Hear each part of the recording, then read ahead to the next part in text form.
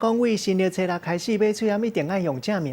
台北市万家就这间药局头家，互人讲真有个性。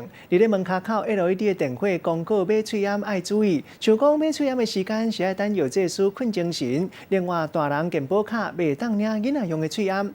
后壁佫再写讲，你若讲问，我就无爱印你；佫写讲你若插队，我一定甲你豁出去。互民众看了到底，讲这间药局药剂师真正足有个性。请问这边可以买口罩是不是？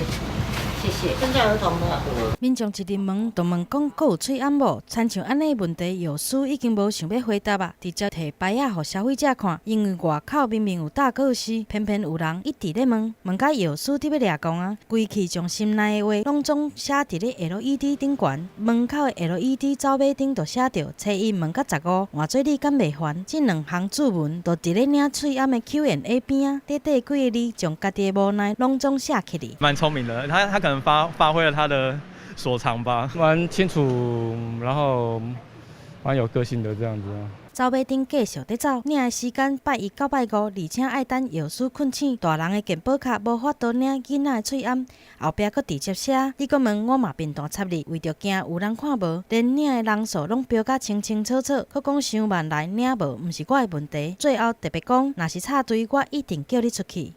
插队是没有了，但是一直问是有了。